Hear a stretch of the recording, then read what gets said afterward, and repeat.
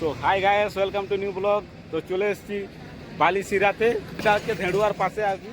তো চলে এসেছি ঘুরতে ঘুরতে মোটামুটি। তো জায়গাটা দেখো, আর তো যেখানে দাঁড়িয়ে আছে এটা হচ্ছে বড়তল। আর আমাদের একজন ওই যে ফোনে গল্প করছে। আর এখানে দেখছি সুন্দর একটা ছোট ব্রিজ তৈরি হচ্ছে আর কি। এদিকে অনেক জল জমে যায়, তো ওই জন্য জলটা যাতে নদীতে মিশে যায় ওই জন্য একটা ব্রিজ তৈরি হচ্ছে।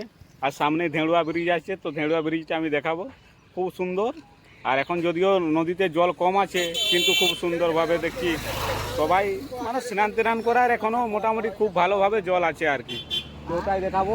আর বড় বড় গাড়ি যাচ্ছে এই রোডটাতে, না খুব বড় বড় গাড়ি যাচ্ছে। বাড়িগুলা খুব নিচু হয়ে গেছে আর কি, কিছু রাস্তাটা মানে অনেক উঁচু হয়ে গেছে। আর ঘরগুলা দেখো অনেক নিচু হয়ে গেছে, খুবই অসুবিধা হবে এদের জন্য যাদের নিচু হয়ে গেছে আর কি।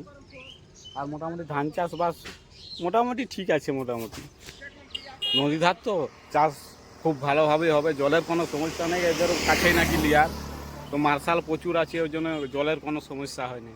আর এমন রাস্তাগুলো এত বড় বড় গাড়ি যাচ্ছে না, 22 চাকা 16 চাকা 20 চাকা, মানে রাস্তাগুলো কম্পন হচ্ছে, এত না প্রচণ্ড কম্পন হচ্ছে। নতুন রাস্তা তৈরি হচ্ছে আর কি। তো বন্ধুরা দেখো, রাস্তায় কাজ হচ্ছে। আর যে সামনে ইট ভাটা, ইট তৈরি হচ্ছে প্রচুর। আর চিমনি থেকে এত ধোঁয়া বেরাচ্ছে না, প্রচুর ধোঁয়া বেরাচ্ছে। আর সেই যে রাস্তার কাজ হচ্ছে দেখো বন্ধুরা, কত ইট দেখো ইট ভাটাতে, প্রচন্ড ইট।